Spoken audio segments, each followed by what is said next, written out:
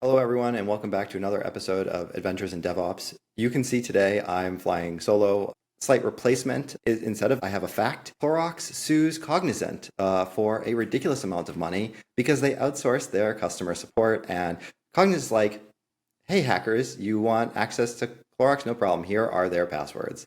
I don't know. Really interesting read. It will be in the podcast description after the episode. But today, I'm really looking forward to our episode. I have General Manager of Pulumi with me here, Meagan Cojocar. Welcome. Hi.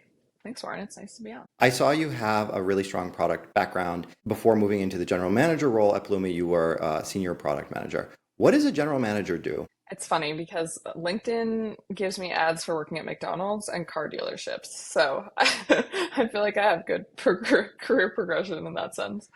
So at Pulumi, and I think when I was at AWS, it's kind of a similar model. A general manager is kind of like the owner of an entire product area. So that means everything from product to engineering to, I have documentation folks, I have data engineers, and it's kind of the whole product is under one organizational structure, and you're the point person for it. Everything from pricing to interacting with sales to working with marketing. And so it's kind of I think a model where you have really high ownership and you want product teams to operate pretty sufficiently within their organizational structure. And it's pretty common at AWS. Folks always joke that AWS is just a collection of startups, and that's part of them building their org structure of just being able to let people run within their little. Yeah, I mean, I've heard the title often like managing director for a line of business for a particular whole business unit. I Yeah. mean, I think it's much smarter than a lot of these companies that have a bunch of senior technical folks and they just have them all report directly to the CEO or some leadership team, but really identifying that you're fundamentally responsible for this whole product area, you're making all the critical decisions, really shows that there's a alignment of how critical it is and who's accountable for the success of the organization. Yeah, I think in Plumi's case, it was really about like we want it to feel like a small startup inside a bigger startup, if that makes sense, and have folks be able to all be aligned on the same goals across many different code bases. And there's pros and cons to any model, but so far I think there's a lot of benefits. Yeah, and I don't think you have to be worried about your career progression because if you leave Pulumi, I've heard there's a general manager role open at like a lot of large sports organizations. The GM is often like, running the football team, for instance, for, a multi-billion dollar organization. So, there's definitely up, I guess, or I guess side grade, depending, moving from Yeah. SaaS to sports. But yeah, you don't have to become the owner No, of a that's great. franchise. I'm Yeah. Canadian and I play ice hockey, so I love hearing that. That's great news. We're gonna have a fight about the best sports teams then. I have to ask, like, what made you want to shift from being a senior product manager at AWS, which I think you were like in the database space, to eventually become the GM at Pulumi? Was there like already writing on the wall like 4 years ago or so that you just like, I have to leave, or was it something about your career? I loved my time at AWS. In a lot of ways, I feel like, especially for a product manager, going to Amazon is like going to college. Like you're going to like PM school because it's like very regimented in how they build product there. And you learn so much, the infamous like every doc you write getting reviewed in like in a synchronous meeting where someone's like redlining it in front of you, truly like going to school. But I started my career at a startup. I kind of fell into founding a startup. I was the first employee, and that was like an amazing roller coaster. I think we had like 40 employees when I left, and I was there for 4 years. And I ended up in a similar role to what I'm in now, leading product and engineering there. And so I knew I wanted to try the big company thing. And you hear a lot about FANG companies and what it's like to work at them. And so moved to Seattle, did the AWS thing. And like I said, I learned a lot, but ultimately I missed having a really high amount of ownership. And at an organization like AWS, you have so many talented leaders around you, and I learned a lot from them, but it also means you have just like small scope in nature. But we had so many customers and so much data. And one of the things that made me really excited about Pulumi is being open source. It has a ton of users. And so you're able to get really quick signal on like what your users are interested in and like, hey, did we build the right thing? And I knew I would miss that. And AWS is so nice. You have unlimited amounts of data on like what customers are doing with it and like how users are using your product. And so moving to Pulumi, I knew I wanted to go to a space that was smaller and I had a lot more autonomy and ownership of the area, but I didn't want to give up on having that signal. And so it's been amazing, like working in an open source company where anyone can open a GitHub issue and that is your roadmap. And I really have liked those challenges. Well, there's something definitely to be said being careful about responding to every issue as if it's the most critical thing for all your customers. But I totally get that with AWS. You're limited on the number of open source technologies, and they're not the core business. And unless you're in the a technical account manager role or solution architect side, like you're not as close to the actual challenges that customers are having at that moment, even though you're in a product focused responsibility. Yeah, they definitely do a good job of like bringing that into their DNA, both by having all the data that the folks interacting with customers bring in, but also product managers at AWS talk to customers a ton. But Pulumi being a smaller company and like having this huge community, it's amazing. Like I meet with multiple customers a week, and I feel like that's what makes our jobs great, right? Is like seeing the person using your product and like how they use it. It makes it so much more real. You feel the impact of what you're working on. Yeah, having worked in some bigger companies, I always felt slighted a bit when I had intermediaries between me and the actual customers. Like, I trust you are conveying the right information to me, but I really want to hear it from their mouth, exactly what they're saying, because there's definitely things lost in the telephone game and just some nuances or priorities, et cetera, that they're not really sharing. And unless you really have someone that's a really great communicator and understands both the product side and also the customer side in that responsibility, you're definitely going to lose things there. And then you're going to you're gonna have an issue in the long run when you end up building not exactly quite the right thing and then have to go back to the drawing board to actually deliver the real value. Yeah, what's interesting is like open source helps with that too, right? That game of telephone, because it's like you're going from the community member straight to the engineering team. You know, we have zero intermediary between whoever's opening the issue and the engineer working on it. So that's really nice. They just interact directly. They're like, hey, I can't repro this. Can you please give me more info? Wow, I'm like on both sides of this because we have our product is totally proprietary, but we have lots of open source SDKs and whatnot, and we always get questions about open sourcing it. And I think we're going to have an open source something in the near future. But it like I have this fear of there's a lot of issues that pop up that are just basically support tickets. Can we have help with this? Can we do this thing? And don't necessarily align with like a long-term direction that we want to go or would be even beneficial for your users. How do you filter out like the number of support requests you're getting to actually make sure that the issues on your GitHub are useful both for them and for Pulumi as well? That's interesting because we definitely get some of that, but it's not a huge problem for us. And I think part of it is we have a very active Slack community. And so a lot of our community support happens there. And it's so cool. Like users helping users is like the funnest interaction model because, they have similar challenges at the same time. And so they're meeting each other at the same phase and they're much more empathetic, right? They're like, hey, I just went through this. Like, let me help you. Versus an engineer who works on it, who's like, oh, I don't know how you ran into this. I mean, what's interesting about what you said there is like part of it is how you develop product in that if you over index on like the really noisy customer or a customer that needs a lot of support and build something very useful to them, but it's kind of custom and therefore not generic for other customers. I mean, that is like a huge part of building product is thinking about how do I make sure that this is an investment that other customers have that pain point instead of just like building some super custom thing for one customer. And like, Pulumi has some massive, massive customers and it's hard at times not to get pulled into that direction. But I feel like it's often just understanding the root of things instead of the solution itself. And so a lot of times, either in a GitHub issue or talking to a customer, they'll say, hey, we need this, but it's actually a solution. And you have to figure out, all right, what is the actual pain point here? And then once you get to that, often that is the same thing with other customers. It's just the solution might be different. Just have to worry about just as much about other customers when they are throwing money at trying to get you to solve the problem as if you were have only proprietary code base. So like that problem obviously doesn't go away.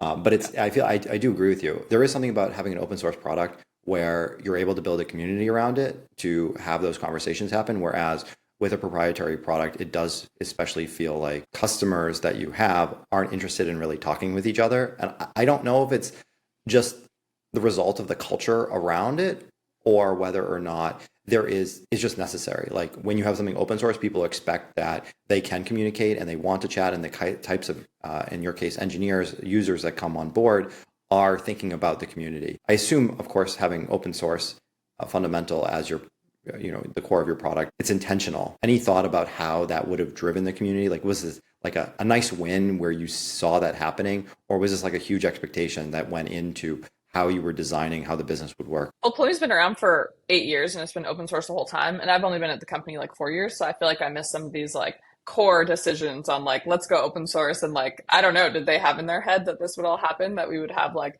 hundreds of thousands of users who are helping each other? Like, probably not, right? Like, I think that's likely like wasn't part of the strategy, but it's very much part of Pulumi's strategy to be open source. And it's interesting. Like, as an aside, we could talk about like the industry and open source right now, because there was kind of a huge boom during the time I was at AWS where we had like, Elasticsearch and like all of these products who were open source communities, move away from Apache 2 licensing. And in like our space, HashiCorp Terraform moving away from being open source to a BUSL license, it's been a huge shift. Like I feel like I can count on like one hand how many companies are still fully open source. And it used to be like completely normal. And now it's really changed. And it's been interesting seeing the market adapt to that. And we have a lot of customer distrust because of all of this, where they're like, what if you go closed source tomorrow? And what if, all future releases I need a license for and I have to pay you for?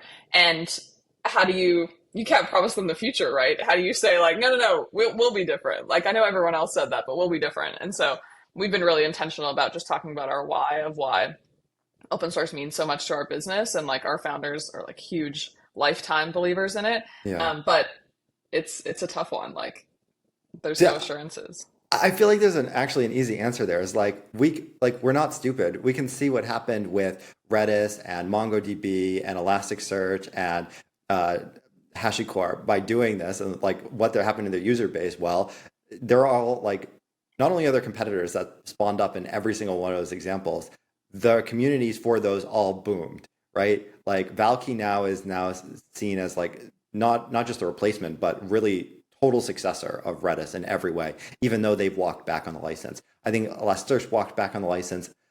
I don't know where OpenSearch really went there, so maybe that's not the best example. But like the CNCF has, totally bought into OpenTofu, and we see a lot of the guests that we have on the show, they talk about OpenTofu now. We see in the communities it's OpenTofu, much less Terraform. Yeah, I mean, you bring these up as examples, like, yeah, we see this, like, we know what will happen if this happens. Someone would just be like, yep, we're forking it, and that's the end of the story. So you realize that you're not providing the benefit to your users, but because it's open source, they're making it possible for you to run a business. And I think that's an answer that everyone should be comfortable hearing. It's interesting. I really like hearing that from your perspective, because you're like seeing it from the outside in. And I feel like sometimes working in the industry, you see such a different lens. And so that's really fascinating. To give you an interesting example of like how it can be hard to see it in that way, specifically around the OpenTofu stuff, is recently, like a month ago, we launched so that you can run a Terraform or OpenTofu module within Pulumi, so you don't have to convert everything right away. Which was really exciting. And so I was demoing it to customers, and I had a handful of like large companies not know what OpenTofu was. And we were like, oh, are we like way too close to it where we think that this is like the norm now? And there's so many people who like, their job, they've been doing Terraform for like 10 years and they have never heard about OpenTofu or like knew about all of this. And it's just fascinating, because you think, there's a lot of people who are like always, reading the news and like staying up with tech news, but that's not everyone, right? Like sometimes it's your job, and sometimes you just go to your job and use the tools that they use, and that's definitely not a bad thing. That's just a different mode of operation. And it was a really good learning for us, because we had kind of planned to launch it being like, oh, OpenTofu, you can use it within Pulumi. And then actually talking to folks inside large companies, they were like, what's OpenTofu? And so we pivoted to be like Terraform and OpenTofu in some of our messaging. But it is interesting to hear you say like, oh, that's the default now. Because it's not always so black and white. Yeah, no, for sure. I mean, I like being like as much on one end of the spectrum as possible, because I feel like if I go down that way, like there's a lot of people on the other side of the spectrum or somewhere in the middle, and so it helps shift people in that direction. I think OpenTofu is great for the whole ecosystem compared to having used Terraform. I feel like, and you brought this up earlier in the episode, basically how you manage the GitHub issues. Like I remember years and years ago, I had filed problems there, like real issues, sometimes with pull requests. And this is how I completely changed my whole approach to doing software development when I was still doing it for open source stuff. You open the issue first. You don't do any work. Don't create a pull request. First, just open the ticket and see if a human responds. Because if it's a HashiCorp repository, after 30 days, there'll be a bot that comes and says, hey, no one's messaged on this. We're going to auto close this ticket for you. And I'm like, yeah, like fix your process. Honestly, this is clearly a bug. No one cares about it. And so it auto gets closed. Like that's a huge problem. And so you make a message there to keep it open and again and again. And after a while, you're just like, I'm done. So, having a mature response to how to handle your issues that show up in GitHub, like that's really critical. And so like, it's really great to hear that, it's really interesting though, about the bias of like how close we are to things. We're in the quote unquote security domain. I mean, we do login and access control. We generate JWTs for our users. And we have to remember, just don't bring up competitors ever, actually, because while we know every single competitor that's in the market, and there's like another one like every single day, our users never do. And they don't care because they don't find these. And so it doesn't make sense to even really like talk about it most of the time. That's interesting.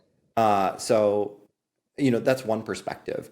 I mean, if, you obviously have customers coming to you and be like, yeah, there's a huge challenge getting, I think this is one of the challenges that actually we went through with Pulumi. It's like, it is a challenge to manage, we have like 9 or 10 language SDKs, like getting a provider SDK in every single language is just something that's just a huge amount of overhead.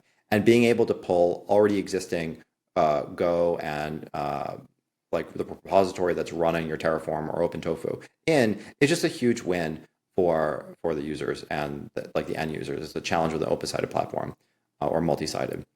So yeah, I mean, you're in a weird space there, right? Obviously, you need to admit that there's multiple pieces here that are at play and some users care about, but it like depends on the type of conversation.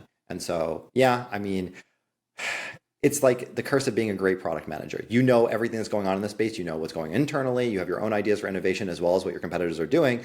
But then you have to remember, yeah, actually, our users don't even really know all those things. Yeah, totally. I feel like you summed it up. It's like you have to be able to see through your user's eyes, and you're often way too biased to actually see that. And there's a lot to be said there. Like when using a product, like let's say I'm like building Honeycomb, like I understand fully how to write that query, right? But it's very hard to see how a user would see it for the first time and know what that learning curve would be like. And so it's good acknowledging your bias and like how close to it you are.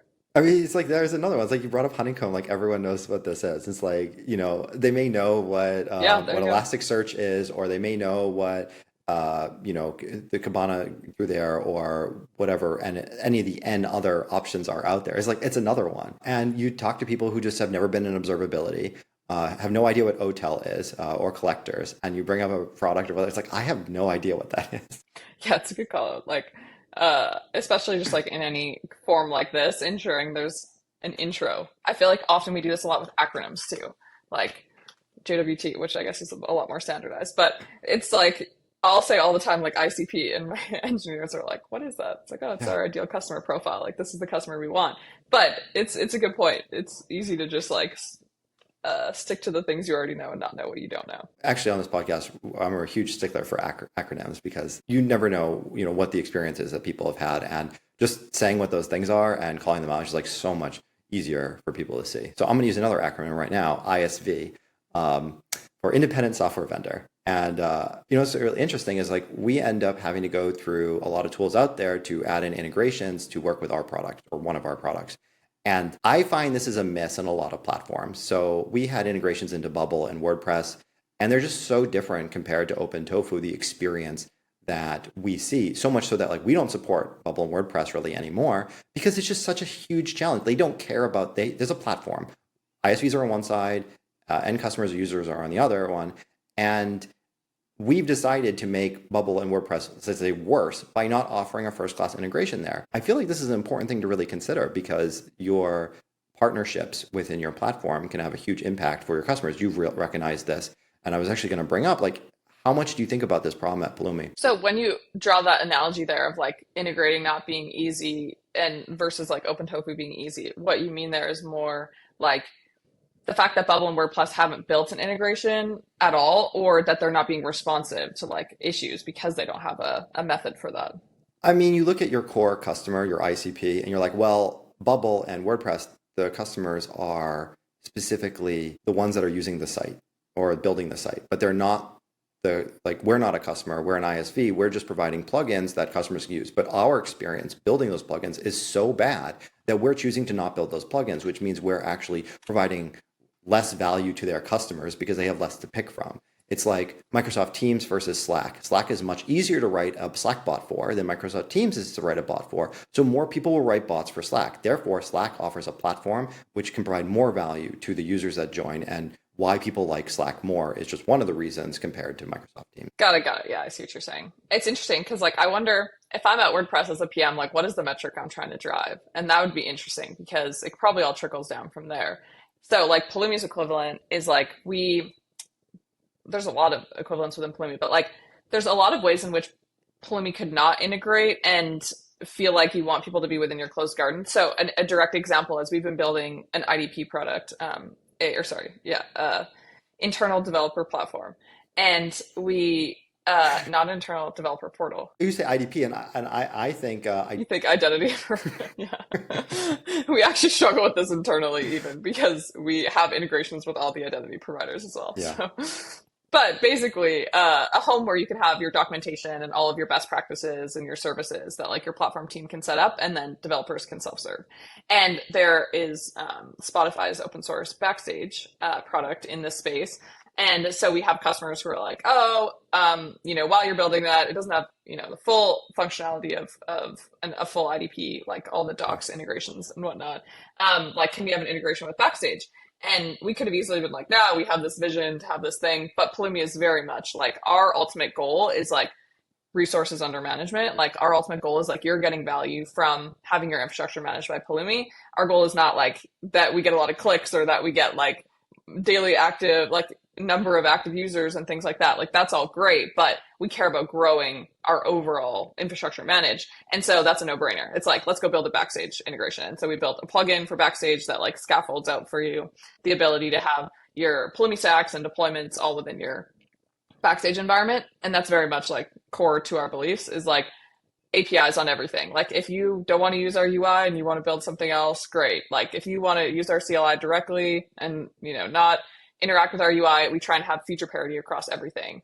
And similarly, like webhooks, you can build integrations with Slack or anything custom and service your needs directly. It doesn't need to be like some Pulumi feature that has like a bow on it. We're happy to just like meet you where you are.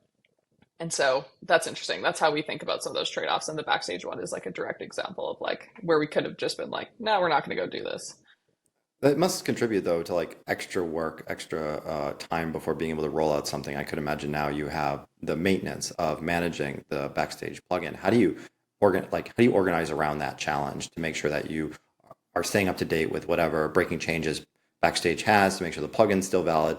You're now supporting a whole bunch of new users who are probably coming to your community and be like, hey, this thing with Backstage is broken. And you're like, well, it's not really us. We can't really help you here. This is the Backstage thing. And now you're teaching them about how to use Backstage. I mean, the Backstage stuff has been kind of simple, but what you're talking about is true of like our entire provider landscape. So like we build providers for like 200 plus like cloud or SaaS offerings. And so like AWS, GCP, all the way to like Snowflake and launched darkly. So like everything has a Pulumi provider, and that's exactly what you're describing. Like we'll have a customer come to us and be like, hey, I'm trying to use this like Okta provider you have and something's broken. And it's like, okay, it broke upstream and like we don't have access to their code. So like we can't help. And so there's a lot of things to unpack there. One is like how Pulumi spends its time. And that's honestly an ongoing struggle because kind of what you said earlier is like every GitHub issue has the same equivalence. Like you never know what the impact that's going to have, and you don't want to pick and choose like, oh, I think this one's important versus that. And so you want to help every customer, but in saying that, we're like a tiny amount of engineers supporting this whole thing. So we try and do like prioritization based on volume as much as possible. So like if we have a huge volume of customers using one provider, we make sure that that's like first class. We basically have like a tiering system. And so what support levels and SLAs we're going to have for each of our providers. And yeah, there's definitely times where like, oh, you're like, one of a small, like a few hundred using a certain provider that's like very niche. And so you might get like a longer wait time on getting a fix, but like ideally you understand that like that's what's most important to us is like, what the expectations are, you have a response, you aren't just like flying blind, which would be like the worst scenario. So can I pad the metrics for our provider by going and just downloading it a lot of times via different IP addresses or something like that, so it looks like there's more usage there? Yeah, go for it. One thing that we've been talking about and we would love is like to add these metrics to also be user facing, because like Mm, we can say like what percentage of at least like Pulumi Cloud state has the that provider, like how many yeah. resources, right? And so we could say like, oh, you're in like the 10th percentile of like providers for Pulumi or something like that. Because yeah, that transparency could be cool. Having just general insights into like how your provider is being used. Yeah. No, I mean, I always find the metrics interesting there. Like something that certain platforms are always in an opportunity to do, and then it seems like they don't actually go for it. Like if you know that someone is using, I don't know, Grafana in some place, and you can actually go in and be like, oh yeah, like did you know everyone else that's using Pulumi Grafana has this configuration, but you don't? Like that may be something to actually investigate. Pulumi Cloud, like we think about that a lot, especially as you're getting into these more common that people are using AI tools to write Pulumi. It's like we can pull in that context for your AI developer tool to be like, hey, this is an architecture that most customers have with this resource or something like that.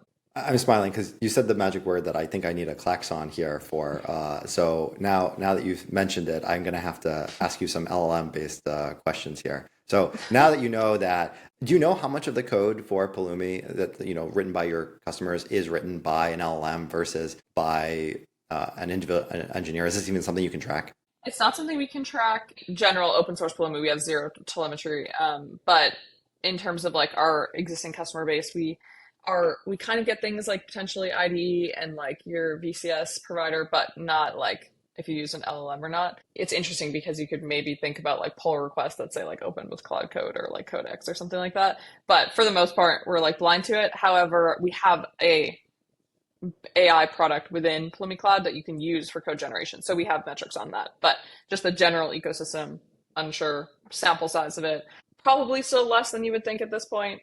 Growing extremely fast, especially talking to customers. But infrastructure is a space where like people are inherently more cautious and it's not moving at the pace of app development. There needs to be like guardrails and ways to make sure that that isn't gonna, you're not gonna accidentally vibe code your production cluster.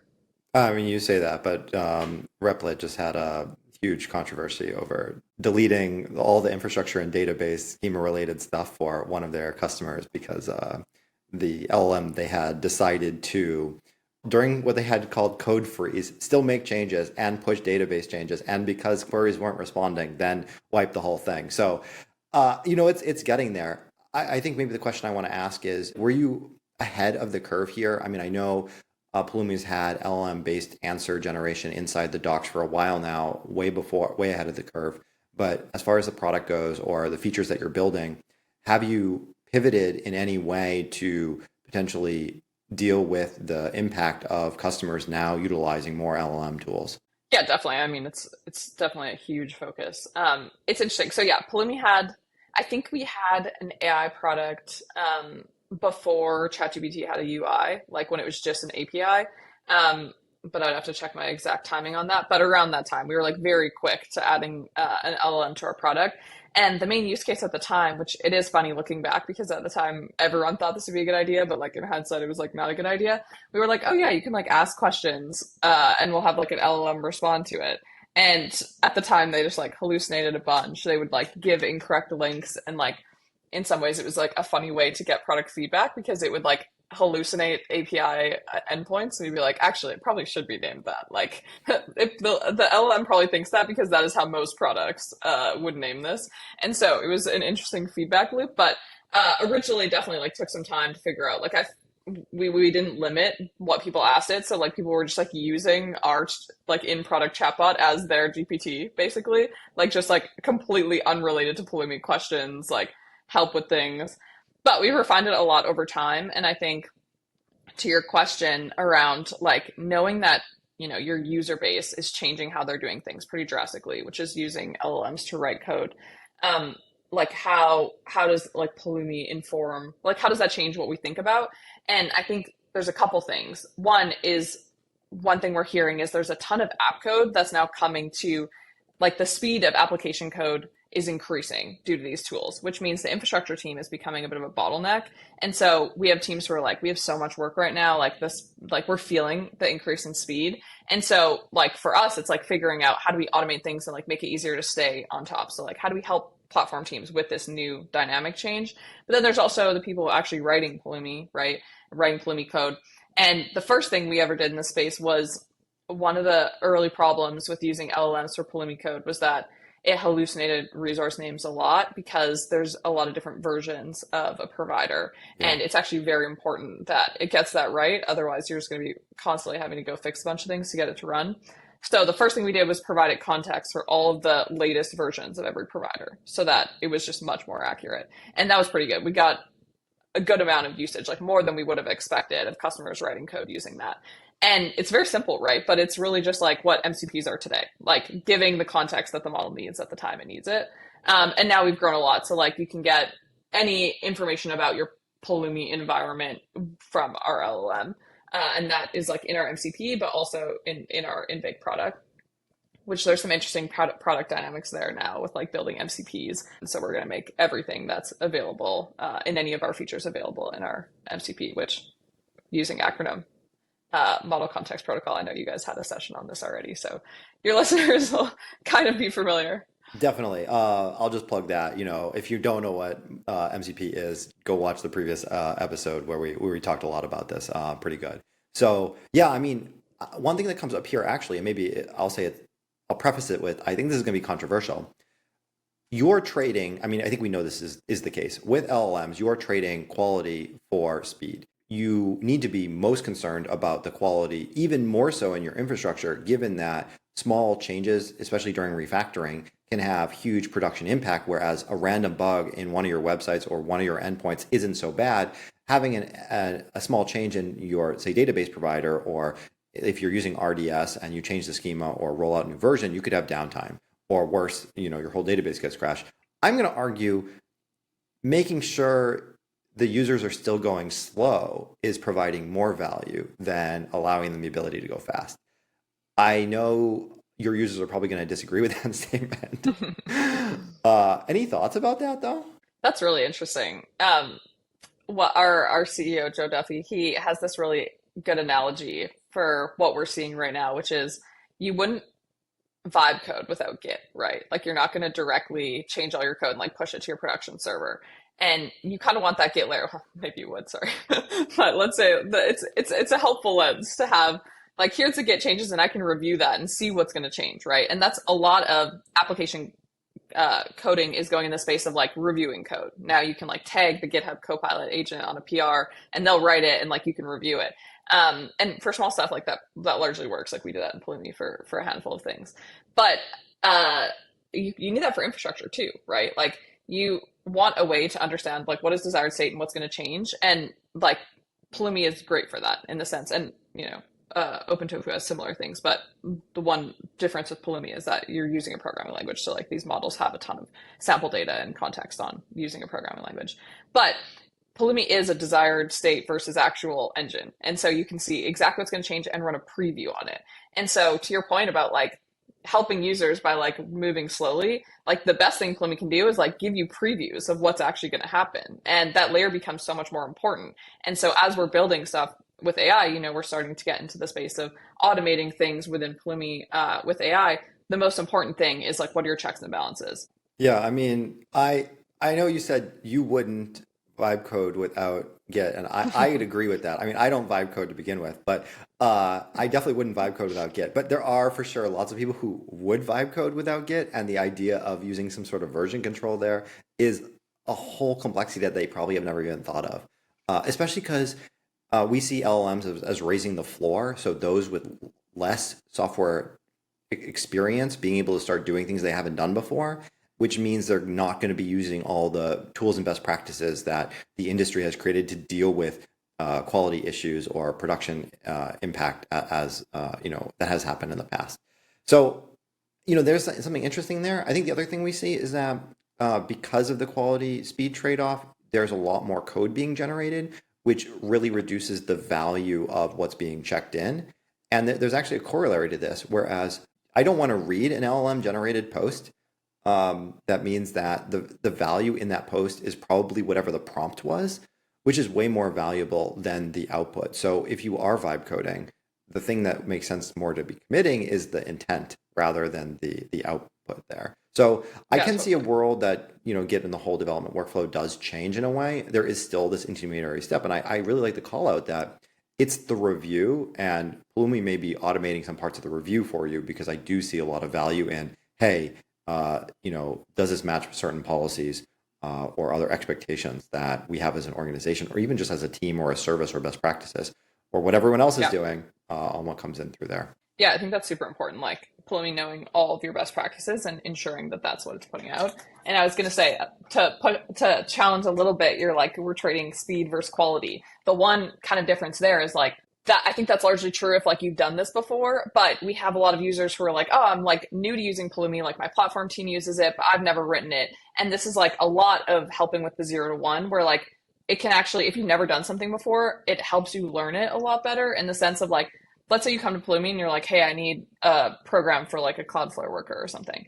And it generates it for you. And it uses, hey, this is how your organization best practices are for this resource. And it pulls in all of your like template of how to do things. Then like you're like up and running a lot faster. And so, yeah, maybe the quality's not as good as like someone who does this for a full-time job, but someone new to it gets a lot of benefits from having all this context of this is how we do it in our organization. This is our best practice. These are security best practices of doing things. By the way, we've enabled like policies and ensured that like you have short-lived access tokens on this deployment and like all these things come with it.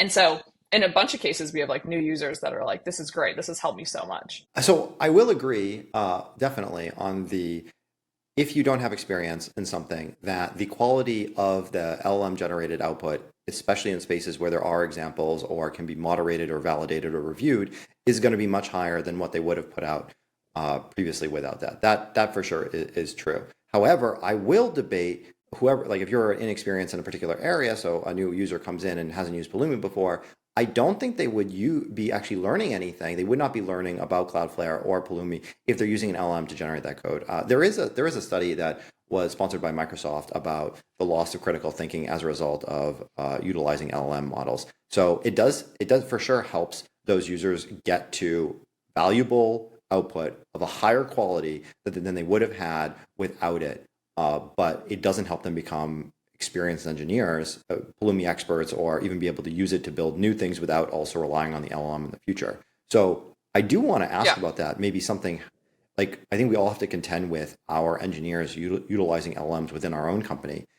Have you seen this in any way? Like, are your inexperienced engineers, ones that you hire from university or even from other companies that don't have infrastructure as code experience, helping them in some way to combat the loss of experience that they would have gained now that they're using LLMs?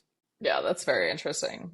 In terms of internally, we actually, to be super transparent, don't have a ton of more junior engineers. And this isn't like a new with LLM thing. This is just Yeah. like as long as Pulumi has existed, we've basically hired people who have a lot of experience like building languages or SDKs. And there, obviously aren't a ton of new grads that have that. As we grow as a company, we'll have like a need for a lot more like people who are just coming out of school and like the but today we don't have like a ton of great mechanisms to onboard people and like train them, and so it might be like not the best experience, but we have some. And it's just like I'm giving the disclaimer of like this is not the thing that we do best. I'm going to call that out day one. But of those we do have, it's interesting. I mean, in Pulumi, I think a lot of organizations are probably having the similar thing where you're thinking about how far do we go with this AI thing. Like there's companies like large organizations that send emails to every manager with the number of AI queries that each developer is doing. So like that's one end of the spectrum where you're like forcing it down. And then there's the other end where you're just leaving it wide open. Yeah, I mean, can we collectively agree that like that's wrong? Yeah. It's an approach, right? I don't know what it depends. All depends what your desired outcome is in this Well, case. well, I mean, like Eddie, I'm going to repeat the age-old quote, which I'm sure some people still haven't heard before. Any metric that becomes a target ceases to be a good metric, right? And I think this is an indication of knowing, like using an LLM. And I'm going to keep saying LLM for as long as I'm a host of this podcast because it's not AI for me.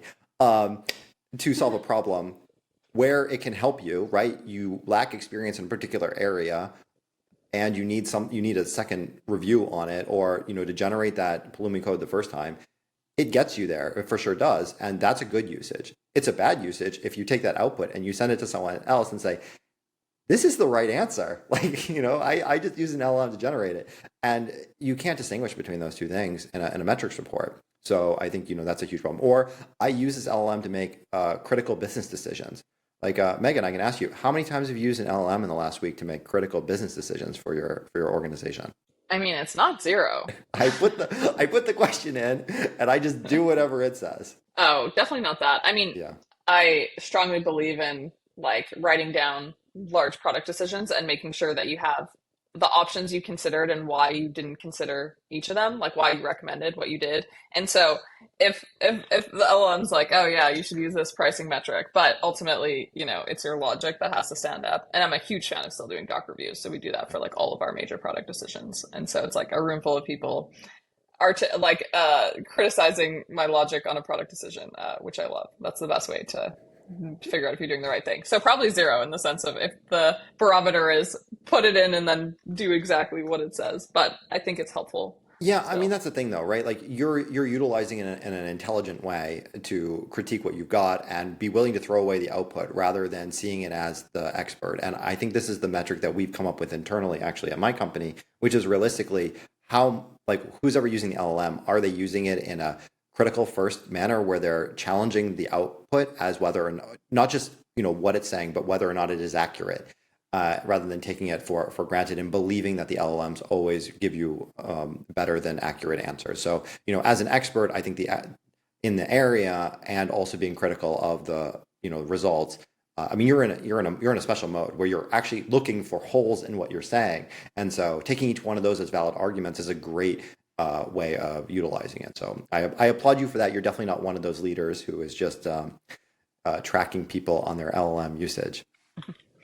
I'm curious what your thoughts are on, like you mentioned, you're always going to say LLM as long as this Yeah, podcast is happening. yeah. Uh, what do you think about how, like the model's progressing in the sense of like everything we're talking about has a lot of baked in assumptions that the quality of the models is going to stay around the same amount. But what if they do get so good that they are the same quality of as like a certain task that you would do already? Okay, Like then so what happens? I guess I haven't shared this out loud too many times before. So this would be a special thing for our viewers here. So I think so far we've used LLMs to solve easy problems. And the idea that they'll just keep on getting better is a little bit misguided because at some point we're going to have to solve a hard problem, and no hard problems have ever been solved as far as the creation of LLMs go. So it's actually a technical difficulty, and maybe we're at a fundamental limit to actually getting there.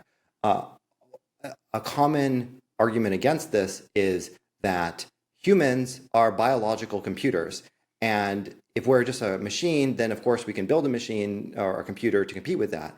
But that statement is an analogy which doesn't actually mean it's true. What if we're not biological computers, which means that we can't just make a computer better to solve problems that humans can solve? So it begs the question, are humans biological computers? And you'd have to prove the answer is yes first, before you can prove that a Turing-complete language or a Turing machine or something that can be distilled down to basically just a Turing machine can solve more difficult problems. So no one's proven that yet. So we're still at the point where for sure we don't have what I'll call AI, which is a replication of the intelligence that, let's say, humans have. I mean, not even getting into the story of like other species or sentience or anything like that. So that's the first step really there for me. And all the things that we've seen innovated in the last 5 years come out of the transformer architecture paper that was written at Google. And we haven't really gotten any better than that. All the improvements we made, a good example is like, well, it couldn't do math before, and now it can start trying to do math. Well, that's easy. You just regex the result. You say, hey, LM, where's the math here? You extract the math, you send it to some mathematical solver, get back the result, and plug it in as part of your answer. Stuff like RAG, yeah, it's sort of interesting. Resource augmented generation, where you do part of the LLM response, you send it to your database, get the query, get the results back, include it in the last level of your transformer architecture, and generate the real result. Yes, that's still solving a simple problem, making it more accurate, but it's not getting over the real hard problem, and that's why I get stuck with this. That makes sense. I mean, I will tell you, I'm a huge LLM believer in a lot of ways. So this is a fun discussion. I feel like though the value I see in using LLMs isn't solving hard problems. It's like speeding up on all the things that don't need to be high quality, basically. And so like the value of speed is like a lot of times if we think about things in engineering, if there is a speed to quality trade-off, it's like, okay, you probably don't want that. Like a lot of times the opportunity cost of like shipping a bug or something like that is so high. But in a lot of like everyday operations, speed is like very valuable, right? And like if, coming from a startup perspective, being able to automate a lot of things and build faster and like win more of the market quicker is very high value. And so I totally hear you. And there's like, the big discussion about like, are humans ultimately a machine? But like, there's, we'll leave that on the side. But I do see a ton of value in it, even if it never can solve hard problems. I want to be clear here that our categorization of whether a problem is hard or not isn't actually my challenge to the LLMs. It's in the manufacturing of LLMs. What problems have we had to overcome in order to manufacture them? Interesting. The next level, like basically what we have today is statistical next word predictors. And that has been a thing since like 1958 or something. And I don't know if that's a year. I'm terrible with years, but I swear there was a Veritasium video where we were actually talking about this. And for any of the viewers who don't know what Veritasium is, like highly rated, fantastic YouTube channel, you should definitely go out and subscribe to that. It's not going to be my pick for this episode because it was a pick for a previous episode. Actually talks about this. And yes, we got better at next word predicting, and that's all we're doing. We're just keep improving our ability to predict next words better by not only using the previous token or the previous word or the previous paragraph, but also pulling in all the context everywhere. We're getting better at that and building better technology to solve that problem. But all we're doing is improving the statistical analysis, and we have to change fundamentally the technology to get much further away from that, or else we'll never eliminate hallucinations. And I think that's one of the biggest challenges that we have. So when I say solve hard problems, I mean, until someone has a new technology that fundamentally eliminates hallucinations, we'll never have LLMs that I'm comfortable calling AI. I'm curious, have you tried IDE LLM usage like Cursor? I have tried these things. I don't get very far because I find a lot of the work goes into articulating with words what the problem is. And once I've done that, I've done 90% of the work, and doing the last part of it is now a fight with an LLM to even produce the appropriate results. So an example of something I never use it to generate code whatsoever for two reasons, actually. The first one is it's usually in a domain that there aren't good, correct examples, and it's like security related. And usually the outcomes that I get have to have high quality. An example where I did use it is I wanted to use a government website that requires you to click a link and schedule a meeting, and there are no meetings available in any close location that I can possibly get to. So I wanted a bunch of scripts that goes and uses the curl command to download the open scheduled appointments and then filter them and do something else. And I'm like, I don't care the quality of this. I don't care if it crashes, whatever. I can iterate on it. Just go and throw it at that. And so like, we'll definitely use that. And so like, it helps me get to that answer faster. And I don't care about the accuracy or quality or whatever. That's a good example. But in anything that I absolutely do care about, it only gets in my way for sure. Yeah, that makes a lot of sense. The reason I ask is because like I think that the way that Cursor has handled the user experience of hallucination is really good in the sense Cursor and similar things like VS Code also has. But in that it returns code examples for everything it says. And so like if you click on the thing and it does not exist, then like right away this was hallucinated. So there's like a very good on the rails of like everything across my code base needs to have a reference, and those models work fairly well. But that was mainly just like a thought experiment. It is interesting though, that space where you have very little documentation. That's tough. And like we have edge cases like that at Pulumi as well. But there's use cases, and I wonder if you guys run into this given what you build, where if let's say, for example, we implement something in Java, we have a very good context reference for the model to go do it in multiple languages. And that's a model that works pretty well because the LLMs aren't good at novel things, right? But if you give them an example, they're pretty good at like using their knowledge base to figure out how to do it in another language. So hypothetically, translation from one language to another one, especially like natural human languages, is the exact way in which the models were built. And obviously, large language models are still slightly different depending if they're for human readable or understandable language or some other custom lexicon that is mapped to your domain, or even like software development. However, this was actually one of our primary examples where we were struggling. We need to write JWTs or JSON Web Tokens, deserialization, and token validation for security purposes. And we need an example for every single language. And some languages are very easy and come up with the correct answer because there are libraries dedicated to solving this problem.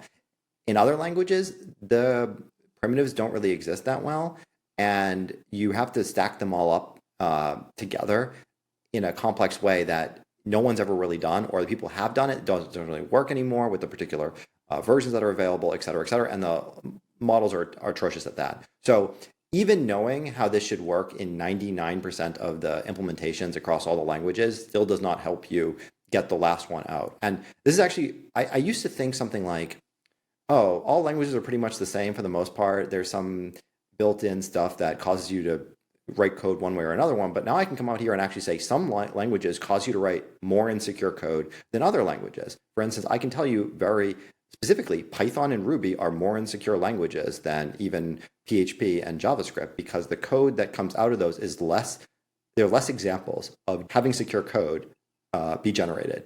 And so models will more likely write insecure code for those languages. So if security is a concern for you, stop using those languages. And that's just like one of the... Sorry, why do you have that observation for Python and Ruby specifically? Because of like there's more hobbyists like building with them, and so you get more... Yes, exactly. There's almost no examples of getting this right or like trying to get it right of what we actually need. And I think there was an example from even Cloudflare did an experiment where they were generating an OAuth 2 compatible client, and an expert in identity providers and OAuth 2, went and tried to get it done. And there's just riddled with lots of problems, and you just won't even see these. And in some languages, there are working examples of this. In other languages, there are not very good working examples of this. So, if you just have no idea what you're doing here, or even if you do, trying to get it to pop out just will always be a problem, unfortunately.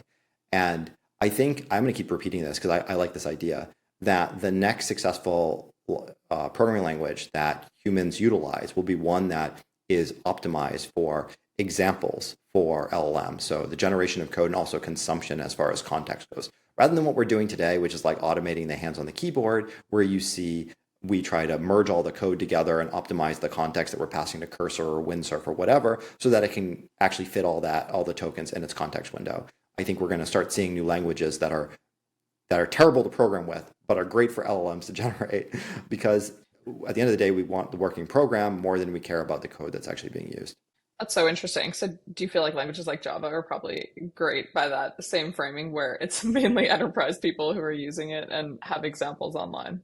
Yeah, I mean, I think the examples and of the thing that you're trying to do is paramount for using the LLM. So if you're trying to do something that no one has written before or isn't frequently done in that language, yeah, for sure, stop doing that. And you can actually perform this test. It's pretty interesting. Go to an LLM, don't tell it what language to use, and give it a problem to solve and see what language it picks to write the solution in. And it will pick different languages based off of the problem you're solving. And that should actually tell you, stop picking the language. The LLM will pick the language for you, and you should use that one because it may not even be correct in another language, or it may not even be possible. That's funny. That's very interesting. Well, yeah. And very applicable to Pulumi's world of supporting all programming languages. I totally agree with that. So, I mean, you are hitting for sure a lot of points. And as much as I would love to have a whole debate on to LLM or not to LLM, I think the agreement is likely there are use cases where it makes sense and ones that it should not. And it's anyone's best bet what is going to happen even a couple of years from now.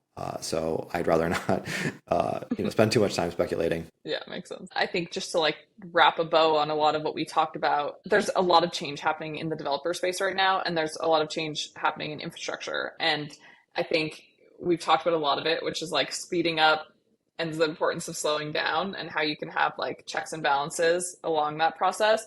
And it's something that I'm really passionate about, like helping build tools for, which is how do you, feel confident about the changes you're making in this new age. And so it's been a good conversation. Oh yeah, of course. So with that, I guess we can move over to our last thing, which is picks. So I'll go first. My pick is going to be a specific community dedicated to leadership that anyone can join. It's called the RANDS Leadership Community. And it's just, I think it's over 30,000 people now from tech backgrounds, non-tech backgrounds, but work in tech adjacent stuff, where I think even we had a little bit of a not a great time for leaders in the last maybe couple of years where companies were like, we don't need leaders, we have LLMs to replace everything. But I think some of them are starting to come around. I think it's going to be another year or so, and we're going to see engineers and other your colleagues that don't have leadership experience. And if you find yourself lost and no one at the company can help you, the community exists to be able to ask questions to and get feedback and how to grow in your career or just solve standard leadership manager-like questions. And I think out of every community I've been in, it's for sure one of the best. We do talk about leadership a little bit on this podcast because I do feel like it is in the back of a lot of people's heads, and there's a lot of different things you can do. What's like an example of something you would talk about in this community? Like I'm struggling to like think about what is leadership on a lower level construct. Oh, well, I think it's not necessarily topic specific. It's more of like how you approach any particular topic. So like one of the most controversial things, and I don't think I'm violating any rules of the community by saying this, that even outside the community is like microservices versus monoliths. And the interesting thing is when someone posts a question in the community like, oh, I have this problem, should we switch to microservices? You may get a debate on like which one's better, but you'll often get a question like, well, why do you want to do that? Like, what's the core problem you're trying to solve? Is it a technical challenge, or is it an organizational issue, or a culture issue, or an interpersonal one? Are the incentives in line? What's going on there? And then the conversation may pivot to actually talking about that. And so it helps you see not just like whatever problem is in front of you, but anything that could be happening.